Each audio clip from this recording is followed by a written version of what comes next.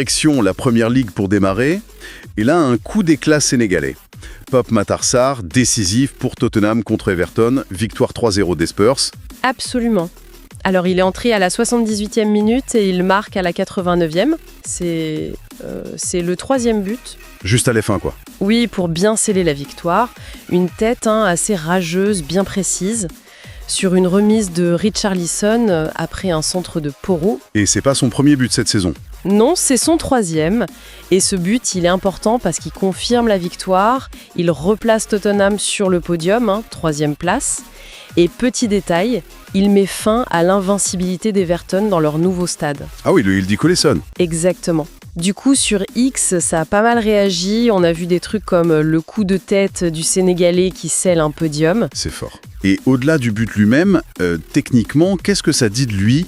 Ça montre une vraie qualité technique sur le coup de tête, mais surtout un excellent timing, une intelligence de jeu.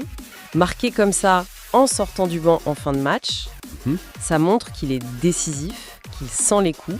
C'est une confirmation de son importance qui grandit chez les Spurs. Et puis évidemment, pour le Sénégal. Oui, pour la CAN. C'est un super signal. Un joueur capable d'être un leader par l'exemple, c'est précieux. Ok, restons sur ce match Everton-Tottenham, mais on passe côté de Toffees. Défaite 3-0 certes, mais Iliman Ndiaye, un autre Sénégalais, s'est apparemment bien montré. Oui, clairement le plus remuant d'Everton sur ce match. Il a joué les 90 minutes, titulaire, et SofaScore lui donne 7.2, c'est sa meilleure note récente. Ah, c'est intéressant ça. Il est d'ailleurs à l'origine d'une des meilleures occasions d'Everton, un centre dangereux vers la 24e minute qui amène un tir de Beto, mais Vicario fait l'arrêt. D'accord. Et sur la saison, il est comment ? Il reste le meilleur buteur du club, 5 buts déjà, dont 4 marqués à domicile, et ses dribbles, c'est souvent un problème pour les défenses. En moyenne, il en réussit 2,5 par match, avec un bon taux de réussite. C'est quand même notable de briller comme ça individuellement quand ton équipe prend 3-0. Tout à fait. Ça montre une belle force mentale, une constance. Même dans la difficulté collective, il arrive à tirer son épingle du jeu. Pour le Sénégal, c'est un atout. C'est un atout majeur. Un joueur offensif qui crée, qui marque, même quand c'est dur. Pas étonnant que les fans sénégalais le voient comme un possible game changer.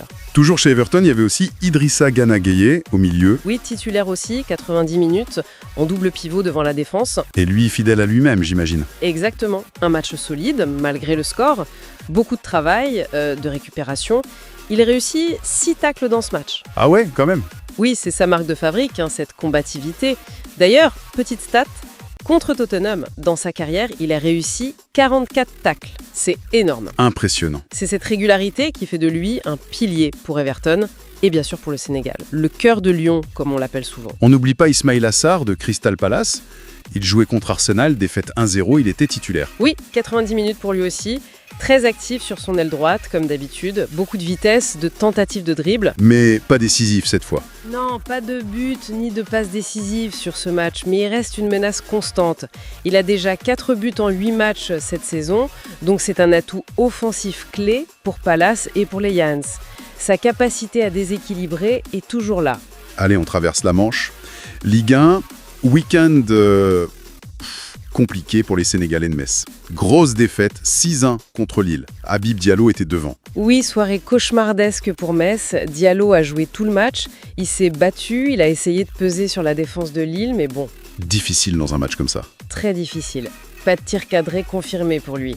C'est surtout sa combativité, sa force mentale qui sont à noter dans ces moments-là. Il lâche rien, même quand l'équipe est lanterne rouge. C'est une qualité. Et son coéquipier, Cheikh Tidiane Sabali, sur l'aile, même galère. Même galère, oui. 90 minutes aussi, où Score lui donne 6.23. Il a tenté des dribbles, il est dans sa moyenne de 0,6 réussis par match. Mais bon, face à ce Lille-là... Compliqué de faire des différences. Voilà. Mais ce qu'on peut retenir, c'est qu'il continue d'oser, d'essayer de provoquer. Cette audace, même dans la défaite, c'est ce que certains observateurs notent comme un potentiel intéressant pour l'avenir. Bon, si on résume pour les joueurs sénégalais, des résultats de club très variables, mais individuellement, plusieurs confirment leur importance. Surtout Sarr et Ndiaye. C'est plutôt encourageant avant la CAN, non ? Oui, je trouve aussi. La forme individuelle de ces cadres, c'est vraiment à suivre de près. Allez, on passe aux stars internationales maintenant. Et là, impossible de passer à côté du classico de samedi soir. Real Madrid-Barça. Ça a fait parler tout le dimanche. Victoire 2-1 du Real. Et comment t'as ? Avec un homme qui a survolé le match. Jude Bellingham. Notre SofaScore de 9,2, c'est phénoménal. Il est partout en ce moment. C'est ça, impliqué sur les 2 buts, la passe décisive pour Mbappé, une petite talonnade géniale après un dribble à la 22e.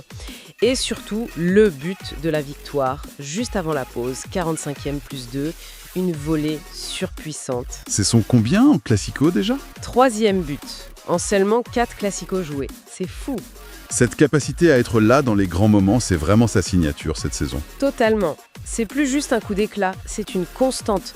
Dans les grands rendez-vous, il répond présent et il fait basculer les matchs.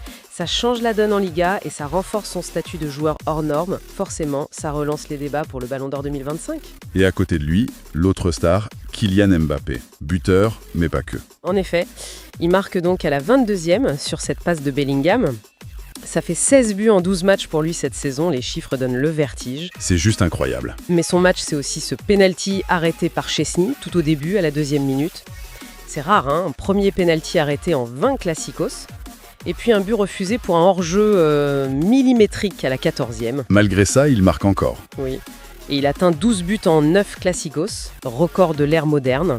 Ça montre son statut de phénomène. Même quand tout ne réussit pas parfaitement, il pèse, il marque. C'est le danger numéro 1. Autre madrilène qui a fait parler, Vinicius Junior. Pas de but, mais très actif. Et une sortie remarquée. C'est vrai, il a joué 72 minutes, il est au cœur de beaucoup d'actions. C'est lui qui provoque le penalty, finalement annulé par la VAR, après un contact avec Lamine Yamal. Il force aussi Szczęsny à une belle parade. Et sa sortie ? Oui, ça a beaucoup fait jaser. Visiblement frustré, il serait sorti sans saluer son entraîneur. Ça montre la tension de ce genre de match. Son duel avec Yamal a été électrique tout le long. C'est la dimension psychologique de ces matchs-là. Exactement. Vinicius, même sans marquer, il crée, il provoque, il est central dans la dramaturgie. Son attitude à la sortie, ça fait partie du spectacle aussi. Ça montre l'intensité vécue. Et en face de lui, justement, le jeune Lamine Yamal, 17 ans. Il n'a pas fait que jouer au foot, si j'ai bien compris. Ah, lui, c'est un cas fascinant. Il a dribblé, oui, 3 réussis. Il est impliqué sur l'égalisation de Fermín Lopez. Mais il est aussi au cœur de l'échauffourée en fin de match avec Carvajal et Courtois. Et il avait dit avant le match qu'il rendrait ce classico inoubliable. Exactement. Ça a résonné différemment après tout ça. C'est un talent immense, mais confronté très très jeune à une pression et une rivalité énorme. Ça pose question sur la gestion de ces jeunes prodiges, non ? Carrément. Comment on les accompagne face à cette exposition folle, cette intensité ? C'est un vrai défi pour les clubs, pour l'entourage, pour qu'ils durent sans se griller. Bon, le Classico a évidemment pris beaucoup de place, mais le week-end, c'était aussi d'autres matchs, d'autres perfs en Europe dimanche. Oui, heureusement. Il n'y avait pas que Madrid-Barça, on a vu de très belles choses ailleurs. Je pense à Eberechi-Eze, par exemple. Avec Arsenal, il marque le but de la victoire, 1-0 contre son ancien club, Crystal Palace. Et quel but ! Ah oui, superbe volée à la 45e minute. Son premier but en Première Ligue pour Arsenal cette saison, son deuxième toute compétition confondue. Très beau retour après sa blessure. Notre SofaScore de 8.0, mérité. L'élégance du geste. Du côté de Tottenham contre Everton, c'est pas un attaquant qui a brillé, c'est Mickey Van de Ven, un défenseur. Et il met un doublé. Incroyable, oui. 2 buts de la tête sur corner, 13e et 35e minute. Ses premiers buts de la saison. Il a été monstrueux dans les airs. C'est lui qui brise l'invincibilité d'Everton à domicile. Sa puissance, l'ogre néerlandais en a pu lire. En France, on a parlé de la défaite de Metz, mais il faut saluer la performance de Lille dans ce 6-1. Jonathan David, notamment. Oui, le Canadien a été excellent. Un doublé pour lui. Une tête à la 15e, une frappe bien placée à la 42e. Ça le porte à 7 buts cette saison. Note de 8.5 sur SofaScore. Forcément, ça relance les rumeurs de transfert, la Première Ligue. Les fans doivent le réclamer, oui. C'est ça. Et dans ce même match, son coéquipier, Edon Žegrova, a aussi été éblouissant. Le coup Sevard. Oui, un but magnifique, frappe enroulée à la 60e, son 4e but, très influent dans le jeu, 3 dribbles réussis, note de 8.2 sur WhoScore. Un vrai électrochoc, comme on a vu sur les réseaux. Un autre geste fou du week-end. Marcus Tavernier pour Bournemouth.